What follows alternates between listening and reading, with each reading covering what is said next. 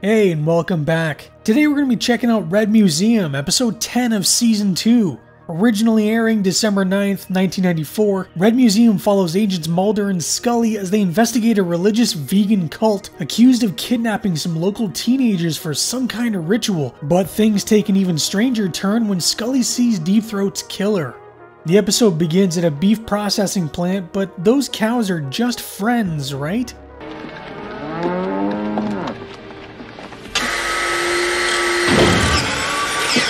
Well, that was quite the transition. A worker named Beth gets off her shift and arrives home where her good-for-nothing sons aren't all that excited to see her. You guys interested in getting a pizza delivered? If that was a yes, you can call the order in. She's getting ready to shower, but some creepy-ass weirdo is watching her from behind the wall. Meanwhile, her eldest son gets a phone call and tells his brother he'll be back in 5. He said he was only going to be gone 5 minutes, and that was over 4 hours ago. 5 minutes, 4 hours, same thing to a teenager. The next morning, he magically appears in front of some cops, and he looks like he's seen some shit. Oh my god.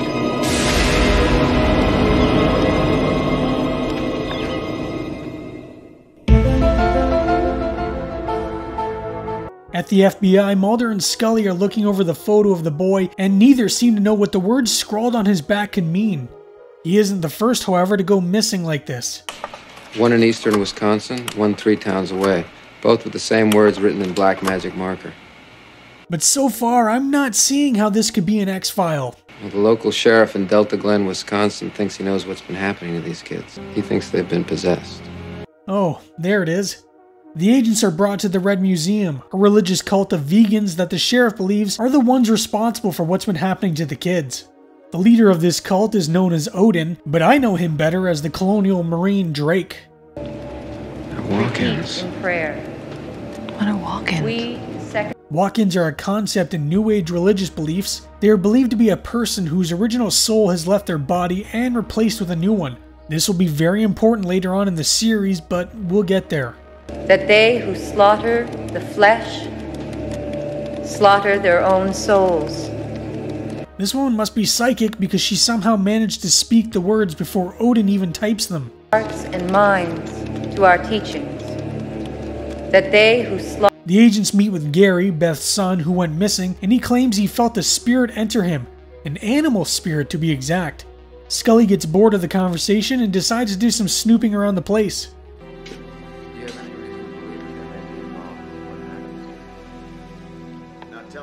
Oops, cameraman apparently doesn't know how reflections work. Scully starts having a little conversation with the younger brother when that damn creeper returns. Mulder decides they're going to stay in town for a bit to do some more investigating on Odin and the Red Museum and asks the sheriff if he knows a good place to eat. You know, Mulder, ribs like these, I'd say the Church of the Red Museum has his work cut out for it. I love how such a little lady can put away so much food. They continue their talk about walk-ins when it's interrupted by some teens harassing one of the members of the cult. The agents come to the rescue, but I don't quite know what the issue is. Go call my dad, Katie. I think he'd like to hear about this. Who's your dad? He's the sheriff.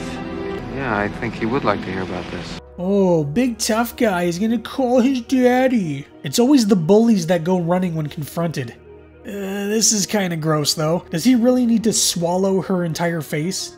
Katie hears a crying dog, and when she goes over to investigate, someone grabs her. I feel like this situation is exactly how I would go missing too. Katie was found and is doing fine, but they did find scopolamine in her system, which in high enough doses can be used as an anesthetic and hallucinogen, but can only be obtained by a doctor or pharmacist. And wouldn't you know it, Odin just so happens to be a former doctor. Have I been accused of a crime? Odin is taken to the local police station, but before they can really dig in, the cult has completely blocked off anyone trying to enter a local barbecue joint, which is causing quite the ruckus. How about some cow blood? It honestly looks like the sheriff's son got more blood on himself than the cult members. But in all the commotion, an old man motions Scully over to have a little word with her. You the FBI agents? Yes. Something I'd like to show you. The old man brings them to a farm his family used to own to show the agents some men shooting up the cattle with some kind of growth hormone. He believes whatever they're giving these cows is affecting the local population, making them more violent and aggressive. But those hormones have been proven safe. They've been cleared by the FDA. Says who? The government? Oh, poor naive Scully. I'm getting real creeper vibes from this guy. I'd have to find some place to put it down. I've never flown a plane before, but it doesn't seem like this guy even tried to prevent this crash. The pilot is unknown, but the other man is a Dr. Larson, who was the one responsible for delivering all the children of the town. The agents were called down because something suspicious is going on. The doctor was carrying a briefcase full of cash, and God knows what else. You don't think this has anything to do with what happened to those kids? I think we'll know more once we find out what this is. Dr. Larson seemed to be somehow involved with all the kidnapped kids, including the ones not from this small town. He had been treating them with something, but until the results come back, the agents will just have to wait. After finishing up with some cattle, the creeper leaves, but this guy seems awfully familiar. Howdy. Oh, now I know who he is. Sorry, without the gun in someone's face, I just couldn't put it together. The agents meet back with Beth because they believe Dr. Larson was conducting tests on her son, and she should probably know about it. Why was he going to Dr. Larson? Dr. Larson gave him vitamin shots. Oh, come on. Vitamin shots? Really? Mulder, like Scully before, gets bored with the conversation, but notices a strange light coming from the bathroom mirror. So he does the only rational thing he can think of.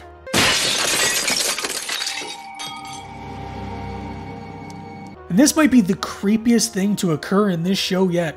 The sheriff's son Rick and his friend are enjoying some underage drinking when Rick gets abducted by the creeper.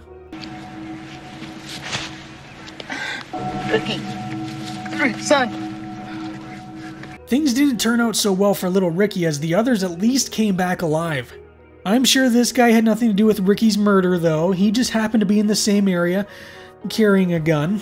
They found the creeper, whose name is Gerd Thomas. He owns the home the family lives in, and he used to run a daycare out of it, which really sends a shudder down my spine.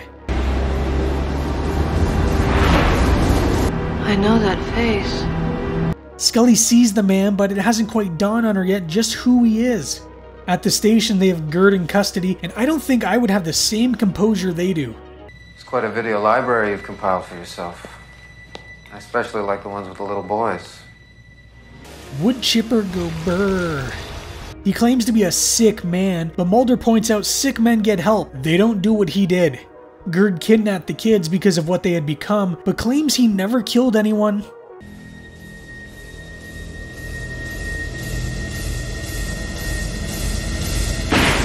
Scully finally comes to the realization of who that man is and leaves the room.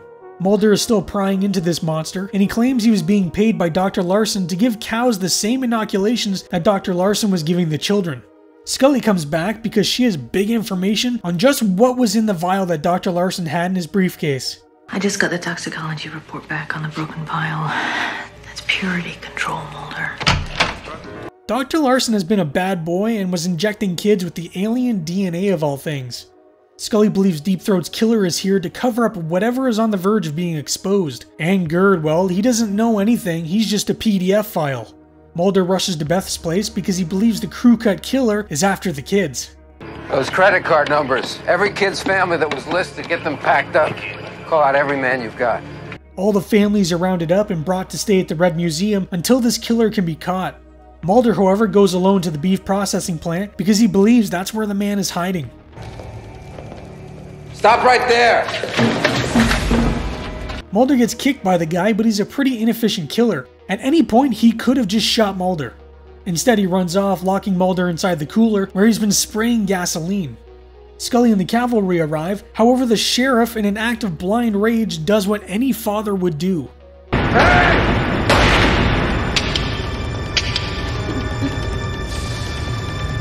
This man appears to be a ghost, no record of his birth, fingerprints, or any identifying markers appear to be on record. It's as if he doesn't even exist. As for the town, the tainted beef has all been destroyed, and the followers of the Red Museum Scully believes were being used as a control group as they were completely unaffected. The FBI investigation into this case is currently at a standstill. The case remains open and unsolved. Red Museum is an interesting episode. It's one of the lesser episodes in the mythology arc.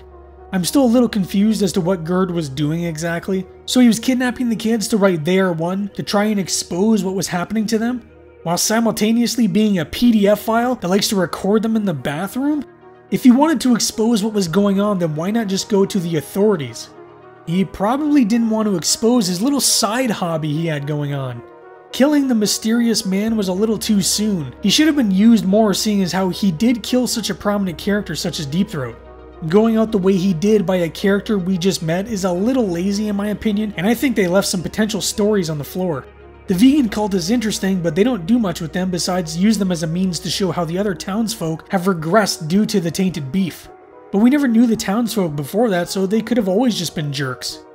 The episode has a 7.6 on IMDb, and me personally, I would give it a 6 or a 7. The original pitch for the episode was to do it as a crossover with another show called Picket Fences. Picket Fences was a drama television series about residents in a small town called Rome, Wisconsin, in which weird things would often occur, like cows' udders exploding and spontaneous human combustion. The idea sprang when the series creator David E. Kelley and X-Files creator Chris Carter talked about how interesting it would be if Mulder and Scully visited Rome, Wisconsin. They both planned to have 2 episodes, one for each show, with characters from the other series appearing. The idea was quickly nixed by CBS, who didn't like the idea of shows crossing over. Executive producer Robert Goodwin said, "I spent days on the phone with a producer of Picket Fences. We spent days organizing our schedules, then at the very last minute, of course, we found out that no one had told CBS, and they said, forget it. We're having enough trouble on Friday nights without publicizing the X-Files. It's too bad." The Picket Fences episode premiered the week after Red Museum, and while the X-Files purged any mention of Picket Fences from their episode, Picket Fences still had subtle nods to the X-Files, including the mentioning of Dr. Larson. Writer Glenn Morgan was not at all happy with the show's handling of the mysterious man, who was known as the Crew Cut Man. He said, "My feeling is that to bring this guy back, his presence should have been better developed. And he's shot off screen. I thought, geez, this is the guy who killed Deep Throat, who the audience loved, and it's kinda tossed away. The episode just seems like half of one thing for a while, and half of something else. I think that was a curious choice for Chris. He wanted to take a real left turn, but I'd rather have seen a whole episode about that guy showing up and Mulder getting back at him." Writing partner James Wong had a similar feeling, saying the episode felt confusing and never really came together. The scene at the diner, where Mulder wipes Scully's lip, was completely improvised by David. They kept the shot in to keep fueling the speculation of there being some kind of sexual tension between the two, despite Chris Carter always stating there was nothing going on between them. Creepy Gerd Thomas was played by American-born actor Paul Sand. He got his start in the 1960 film The Subterraneans in an uncredited role and has had a pretty steady career, appearing in many small roles over the years.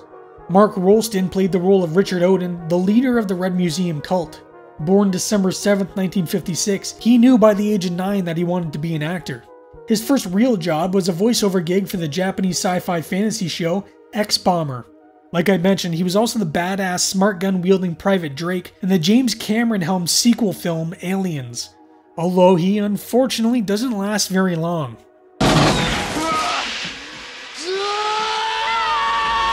Beyond live action, he's also a well-known voice actor for video games and shows such as Lex Luthor in the DC animated series Young Justice and Deathstroke in the video game Arkham Knight.